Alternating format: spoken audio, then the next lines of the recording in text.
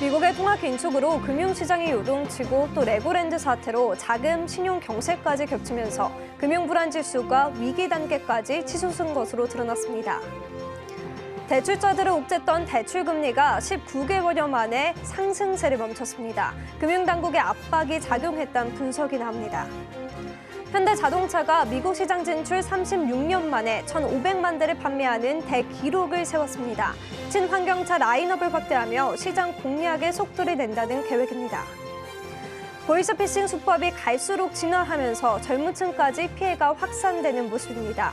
예방과 대처 방법은 뭔지 이슈 플러스에서 짚어봅니다. 센 경제 라이브 출발합니다.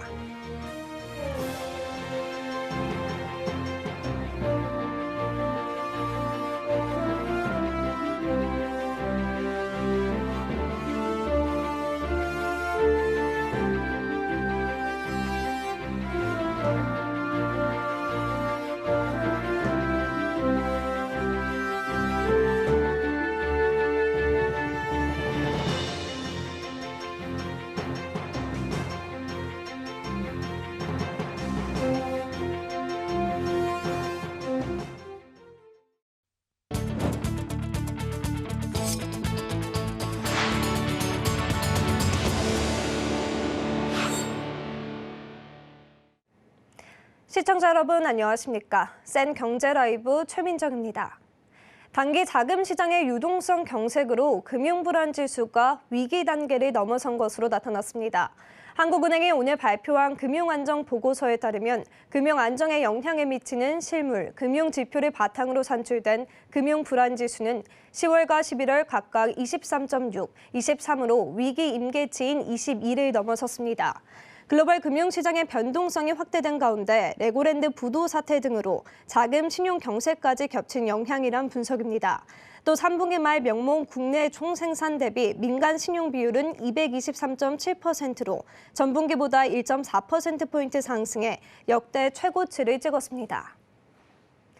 치솟던 대출금리가 19개월여 만에 제동이 걸렸습니다. 아무래도 금융당국이 금리 전수조사에 나선 영향이 없지 않을 텐데요. 앞으로도 이 흐름이 계속될지 김수빈 기자가 알아봤습니다. 고공행진하던 주택담보대출 금리가 하락세를 보이고 있습니다. 금융권에 따르면 신한, 하나, 우리 등 4대 시중은행의 주택담보대출 금리가 신규 코픽스 기준 연 5.16에서 7.72%로 지난 1일보다 금리 하단이 0.22%포인트 낮아졌습니다. 전세대출과 신용대출도 금리 하단이 내렸습니다. 전세대출 금리는 연 5.10에서 7.13%로 같은 기간 0.28%포인트 낮아졌고 신용대출은 연 6.08에서 7.25%로 0.12%포인트 내렸습니다. 대출금리 인하에 앞서 예금금리도 최근 하락하고 있습니다. 지난달만 해도 5%대를 유지하던 주요 시중은행의 예금금리는 4%대 중후반을 보이고 있습니다. 이에 예대금리 차도 축소되는 모양새입니다. 은행연합회가 발표한 공시에 따르면 5대 시중은행의 지난달 평균 가계 예대금리 차는 0.88%포인트로 전달 대비 줄었습니다. 이는 금융당국의 압박이 작용했다는 분석입니다. 은행권에 수신금리 인상 자제를 요구한 데 이어 이달 1일부터 대출금리 전수조사까지 나선 상황입니다. 매달 공시되는 예대금리 차도 부담으로 작용했을 것으로 보입니다. 다만 대출금리가 얼마나 내려갈지는 지켜봐야 한다는 의견이 많습니다. 당장 내년 한국은행의 추가 기준금리 인상이 확실시되고 있기 때문입니다. 만족할 만한 그런 수준은 아닌데 소폭 인하가 됐고요. 새로 신규 취급하는 금리가 낮아졌기 때문에 대출 금리가 전체적으로 낮아졌는데 지속될 가능성보다는 단기적인 가능성이 높은데요. 변동금리 대출 같은 경우는 코픽스 금리 연동이 돼서 아무래도 시장 금리가 오를 때 이제 오를 가능성이 있고요. 특히 대출금리 상승세가 꺾인 것은 금융 시스템 안정 측면에서 긍정적인 변화라는 평가입니다. 여기에 자금 시장의 안정을 위해 중단됐던 은행채 발행이 2개월 만에 재개되면서 은행들의 대출금리 인하 여력도 늘어날 거란 관측도 나옵니다. 서울경제TV 김수빈입니다.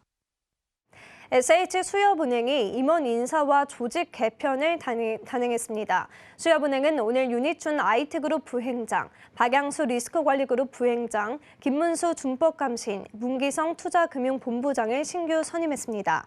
조직 개편에선 최고 위험관리 책임자의 독립성 강화를 위해 리스크관리 조직을 격상하고 투자금융 경쟁력 강화를 위해 투자금융본부를 은행장 직속으로 재편했습니다.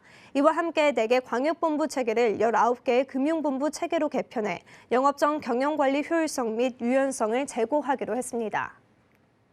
현대자동차가 미국 시장에서 1,500만 대를 판매하는 대기록을 세웠습니다. 미국에 진출한 지 36년 만인데요. 현대차는 친환경차 라인업을 확대하는 등 시장 공략에 속도를 낸다는 계획입니다. 성나균 기자입니다. 현대자동차가 미국에 진출한 지 36년 만에 누적 1,500만 대를 판매했습니다. 현지 시간 21일 현대차 미국 판매법인은 최근 뉴욕주 윌리엄스빌에 위치한 딜러숍에서 1,500만 번째 신차를 고객에게 인도했다고 밝혔습니다.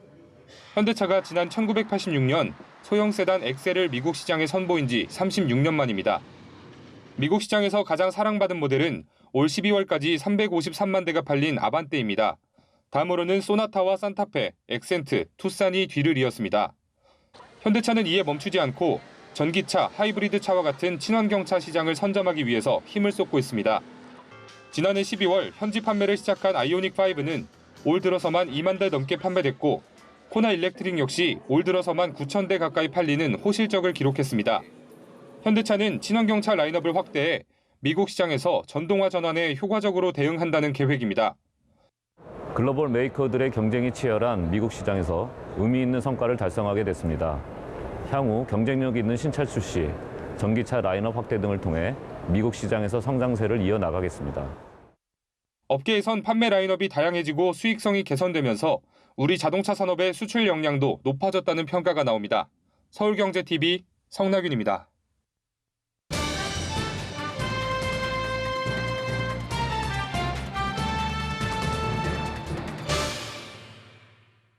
금융전화 사기, 이른바 보이스피싱 수법이 갈수록 진화하고 있습니다.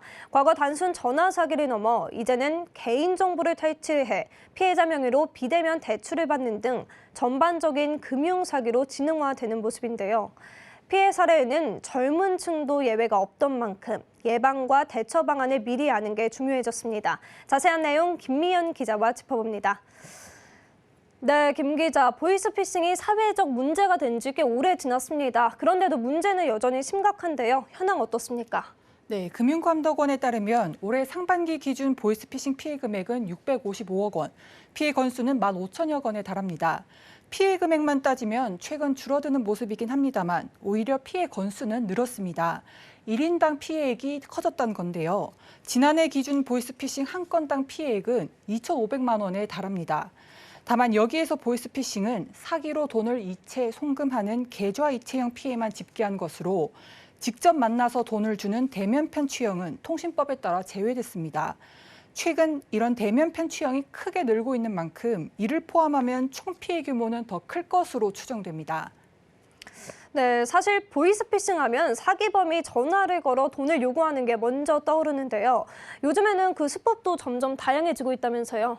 네, 그렇습니다. 최근 들어 보이스피싱 유형이 많이 달라진 모습입니다. 3년 전만 해도 은행 등 금융사를 사칭해서 정부 정책지원금 대출 심사를 이유로 개인정보나 선납금을 요구하는 대출 빙자형의 비중이 전체 피해액 중 가장 많았었는데요. 지난해부터는 가족이나 지인 금융기관을 사칭해 돈이나 개인정보를 요구하는 사칭형 비중이 높아지고 있습니다. 특히 문자나 카카오톡 등으로 원격 조정 앱을 설치를 유도하거나 개인정보와 자금 이체를 요구하는 메신저 피싱이 급증했습니다. 지난해 발생한 보이스피싱 중 60% 가까이가 이 메신저 피싱이었는데요. 피해 규모는 1,000억 원에 달하고 1년 전보다 166%나 급증했습니다. 수법이 다양해지면서 젊은 층도 이 메신저 피싱을 피해가지 못한 모습인데요. KB국민은행이 올해 금융사기 피해 상담 데이터를 분석한 결과 20대와 30대에서 허위 결제 문자나 택배사 사칭 문자를 통해 해킹 앱 설치 피해가 있었고 이로 인한 개인정보 유출이 매우 컸던 것으로 나타났습니다. 이 외에도 때마다 국민들의 관심도가 높은 주제, 예를 들어 연말정산, 저금리로 대환 대출, 소상공인 정책자금 등을 이용한 신종 사기 수법도 꾸준히 발생하고 있습니다. 보이스피싱을 당한 사람들은 경제적 고통뿐 아니라 이 보이스피싱을 당했다는 정신적 고통도 심각하다고 하는데요. 무엇보다 아예 사기를 안 당하는 게 중요할 것 같은데 방안이 없을까요? 네, 현재 금융사들은 은행권을 중심으로 이상금융거래 탐지 시스템, 즉 FDS를 구축해 운영하고 있는데요.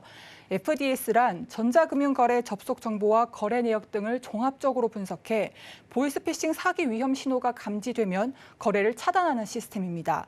금융감독원은 이런 FDS의 고도화 작업에 AI 등 신기술도 접목해서 신종 사기 수법에 대한 금융사 대응력이 높아지도록 유도한다는 방침입니다.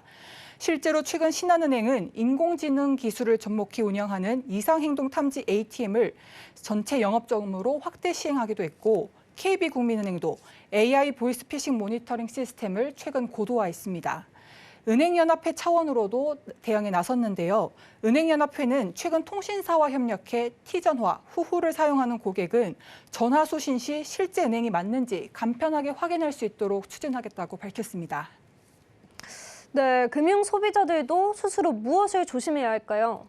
네, 우선 전화나 문자로 개인정보 제공이나 자금 이체 요청을 받았을 경우 무조건 거절하셔야 됩니다. 공공기관이나 제도권 안에 있는 금융사들은 전화 문자를 통한 대출 안내, 개인정보 제공, 자금 요구, 뱅킹 설치를 절대 요구하지 않기 때문인데요. 물론 금융회사가 기존 대출 고객을 대상으로 만기 연장 등 대출 관련 정보 문자를 발송하는 경우도 있지만 금융회사 명의로 대출을 안내하는 광고는 보이스피싱일 가능성이 높습니다. 또 출처가 불분명한 URL 주소를 누를 경우 바로 휴대폰에 원격 조정 악성 앱이 설치되고 개인정보가 모두 유출될 수 있기 때문에 절대 누르지 말아야 됩니다. 만약 피해액을 이체나 송금했을 경우 신속하게 해당 금융회사 콜센터나 경찰청 또는 금융감독원에 전화해 계좌 지급 정지 조치를 해야 합니다. 또 개인정보가 유출된 경우에는 해당 명의의 대출, 우선 금융감독원의 개인정보 노출자 사고 예방 시스템에 접속해서 개인정보 노출 사실을 등록해야 합니다. 개인정보 노출자로 등록을 하면 해당 명의의 대출, 계좌 개설 등 금융거래가 이뤄질 때마다 금융회사는 강화된 본인 확인을 하게 됩니다. 이외에도 보이스피싱에 대비한 보험에 가입하는 것도 피해를 최소화하는 방법 중 하나입니다. 소중한 자산을 지키기 위해 보이스피싱을 효과적으로 줄일 수 있는 장치 마련이 시급해 보입니다. 금융부 김미연 기자와 이야기 나눠봤습니다. 고맙습니다. 감사합니다.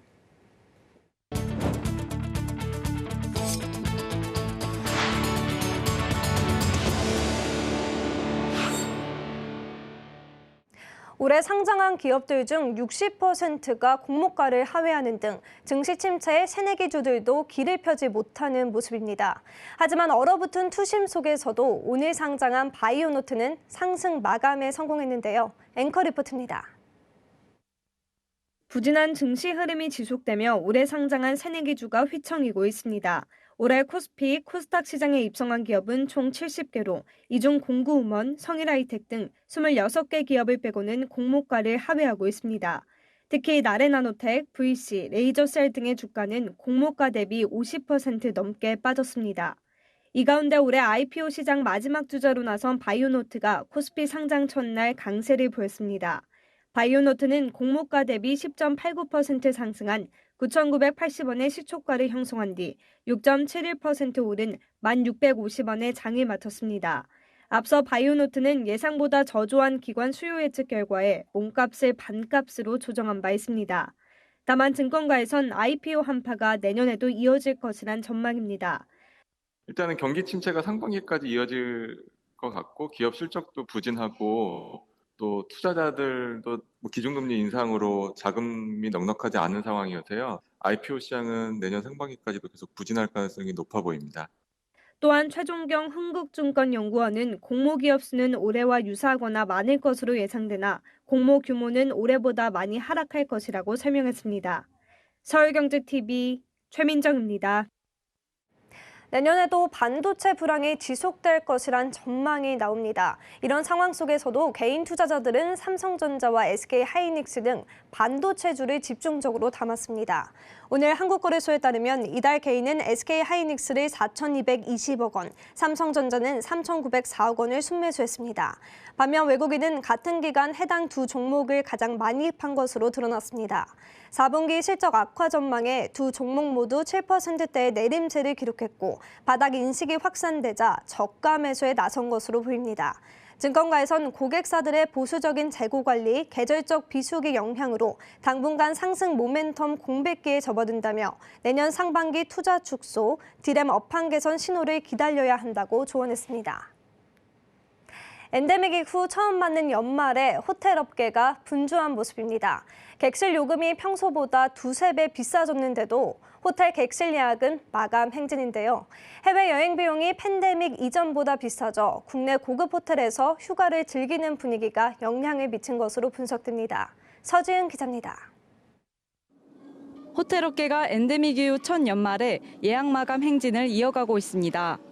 크리스마스 날 주요 호텔들은 이미 객실 예약이 마감된 상황입니다. 현재 호텔 신라 서울과 파라다이스 시티는 크리스마스 객실 예약이 마감됐고 연말 예약률은 90% 이상입니다. 롯데호텔도 연말 객실 예약률이 90%를 넘겼습니다. 호텔 업계는 코로나19 팬데믹으로 전체 3분의 2 수준의 객실만 가동할 수 있었습니다. 하지만 올해는 코로나로 인한 제한이 풀렸을 뿐 아니라 크리스마스 연휴가 주말이 되면서 분위기가 되살아난 모습입니다. 3년 만에 대면 크리스마스 및 연말 시즌을 맞아 호텔 투숙률이 크게 증가하고 있습니다. 크리스마스 시즌은 예약이 모두 마감됐고 올 연말까지 90% 이상 예약이 완료되었습니다. 전문가들은 해외여행 비용이 팬데믹 이전보다 비싸진 상황이라 소비자들이 고급 호텔에서 휴가를 즐기는 호캉스로 여행 심리를 대체한다고 분석합니다. 해외여행이 아직까지는 100% 리커버리가 안 되니까 5스타 호텔에서 2박 3일 하면서 대신 위로한다는 거죠. 그래서 요새는 이제 자신을 위로하는 소비, 3년간의 혹독한 여러 가지 그 팬데믹을 보상하는 이런 소비가 업계에선 해외여행 비용이 내년 하반기부터 내릴 것으로 관측하고 있습니다. 관광업계는 코로나로 인해 매출이 타격을 입으면서 당장 여행 패키지나 비행기표 등의 비용을 쉽게 내릴 수 없기 때문입니다. 해외여행 소비가 호캉스로 대체되면서 이들을 잡기 위한 호텔업계의 경쟁은 더욱 치열해질 전망입니다. 서울경제TV 서진입니다. 한국문화정보원이 창립 20주년을 맞았습니다. 문화 분야 디지털 혁신을 위해 문화체육관광부와 함께 통합적이고 효율적인 디지털 전환 시대를 열어가겠다는 포부인데요. 그 현장에 장민선 기자가 다녀왔습니다. 한국문화정보원이 올해로 창립 20주년을 맞았습니다. 지난 2002년 문화체육관광부 소속 공공기관들의 정보화를 지원하기 위해 설립된 문화정보원은 20년간 문화정보 서비스를 구현하고 문화데이터 수집, 연계를 통해 국민들이 손쉽게 활용할 수 있도록 문화데이터를 개방해왔습니다. 또 문화의 인공지능, 빅데이터 등 새로운 ICT 기술을 접목해 다양한 서비스를 선보이는 등 문화체육관광 분야의 정보화 향상을 위해 앞장서왔다는 평가를 받고 있습니다. 문화정보원은 창립 20주년을 맞아 유엔유를 행사 슬로건으로 선정하고 문화정보화에서 더 나아가 디지털 혁신을 선도하겠다는 계획을 밝혔습니다. 디지털 혁신 2027 기본계획으로 통합적이고 효율적인 디지털 전환 정책을 지원하겠다는 방침입니다. 내년부터는 원내 디지털 혁신 통합지원센터를 통해 디지털 혁신 성과를 통합적으로 공유하고 활용할 수 있는 환경을 제공할 계획입니다.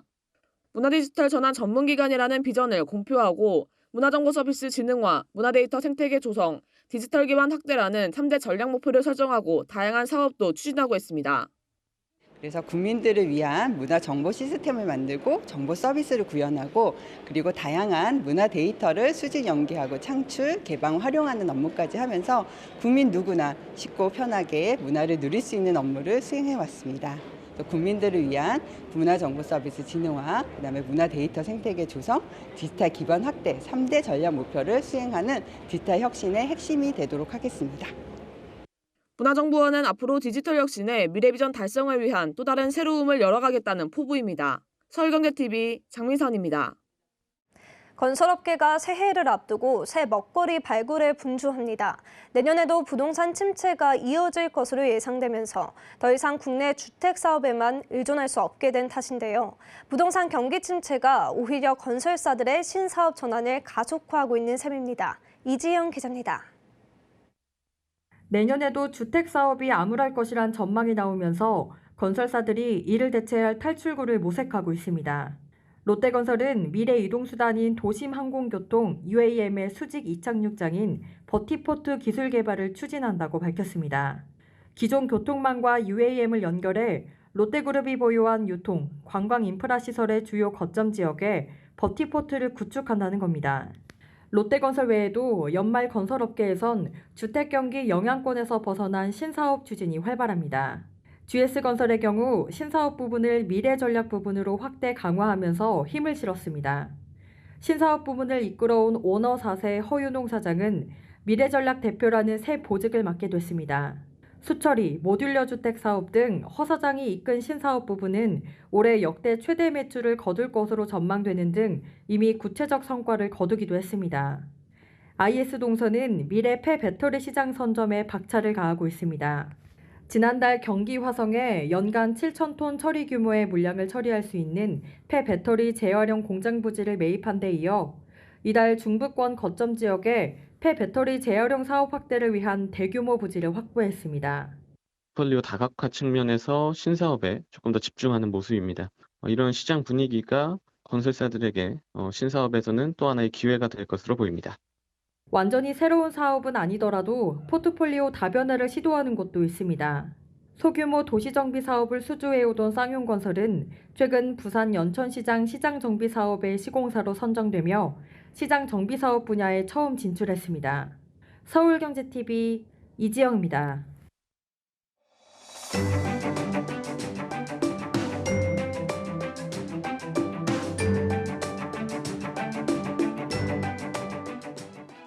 안녕하세요. K웨더 라이프스타일 예보 박유라입니다. 칼바람에 잠시도 서 있기 힘든 추위를 보이고 있습니다. 내일은 더 추워지는데요. 서울의 아침 기온 영하 15도, 춘천은 영하 20도까지 떨어지겠습니다. 한낮에도 영하권을 보이겠고 차고 강한 바람이 체감 기온을 더 낮추겠습니다. 보온 유지에 각별한 주의가 필요하겠고요. 동파 사고에 미리 대비하셔야겠습니다. 내일 하늘은 맑다가 점차 구름 많아지겠고요. 충청과 전라, 제주를 중심으로 눈이 이어지겠습니다. 내륙은 오후쯤 대부분 그치겠고 해안과 제주 지역은 모레까지도 내리겠습니다. 양은 충남 서해안과 전라 서부, 제주에 10에서 20, 많은 곳은 30cm 이상, 제주 산간은 무려 50cm 이상이 되겠고요. 충남 내륙과 충북 북부, 전라 동부는 최고 15cm, 경상 서부에는 2에서 5cm가 되겠습니다. 폭설로 큰 피해가 우려됩니다. 안전사고에 유의하셔야겠습니다. 다음은 자세한 지역별 내일 날씨입니다. 중부지방 아침 기온 수원 영하 15도, 대전 영하 12도까지 내려가겠고요. 한낮에도 영하 5도 안팎에 머물겠습니다. 동해안도 구름 많아지겠고 영동은 대기가 건조하겠습니다. 아침 기온 강릉과 속초 영하 12도까지 떨어지겠습니다. 남부지방 극심한 추위가 예상됩니다. 아침 기온 전주 영하 9도, 부산 영하 6도까지 내려가겠고요. 체감 추위는 더 낮겠습니다. 서해상으로 눈이 오겠고요. 물결은 최고 5에서 6m까지 매우 거세게 일겠습니다. 성탄절 당일 낮부터는 추위가 조금씩 누그러지겠습니다. 날씨였습니다. 센 경제 라이브, 저희가 준비한 소식은 여기까지입니다. 시청해주신 여러분 고맙습니다.